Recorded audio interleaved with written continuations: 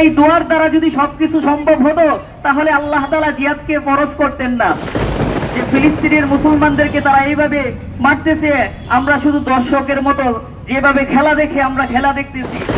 আল্লাহ তাআলা কোরআনে বলেন, ওয়ামা লাকুম লা তুকাতিলুনা ফি সাবিলিল্লাহি ওয়াল মুস্তাযআফিনা মিনার রিজালি ওয়ান নিসাই ওয়াল উইলদানিল্লাযিনা, হে মুসলিম জাতি, তোমাদের কি হলো? তোমরা কি কারণে জিহাদকে ছেড়ে দিয়েছো? কেন তোমরা জিহাদ করতেছো না?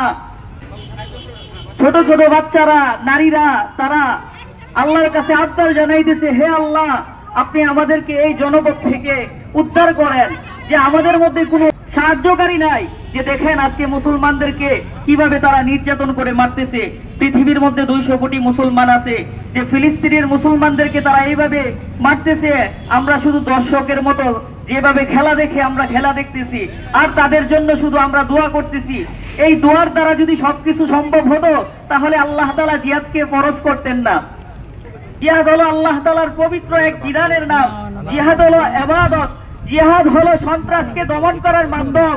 জিহাদ হলো আল্লাহ তাআলার আযাবকে বন্ধ করার মাধ্যম।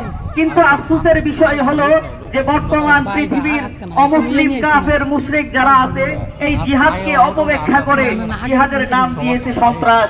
জিহাদ কখনো সন্ত্রাস হতে পারে না। জিহাদ হলো সন্ত্রাসকে দমন করার মাধ্যম। জিহাদ হলো আপনার অধিকারকে প্রাপ্য হওয়ার মাধ্যম। কিন্তু আফসোস, আজকে আমরা লাঞ্ছিত, বঞ্চিত কেন? আজকে আমরা জিহাদকে ছেড়ে দিয়েছি। যদি আমরা জিহাদকে আঁকড়িয়ে ধরি তাহলে আমরা কখনোই লাঞ্ছিত আর বঞ্চিত হব না। আল্লাহ তাআলা আমাদেরকে জিহাদের পথে থাকার মতো তৌফিক দান করুন।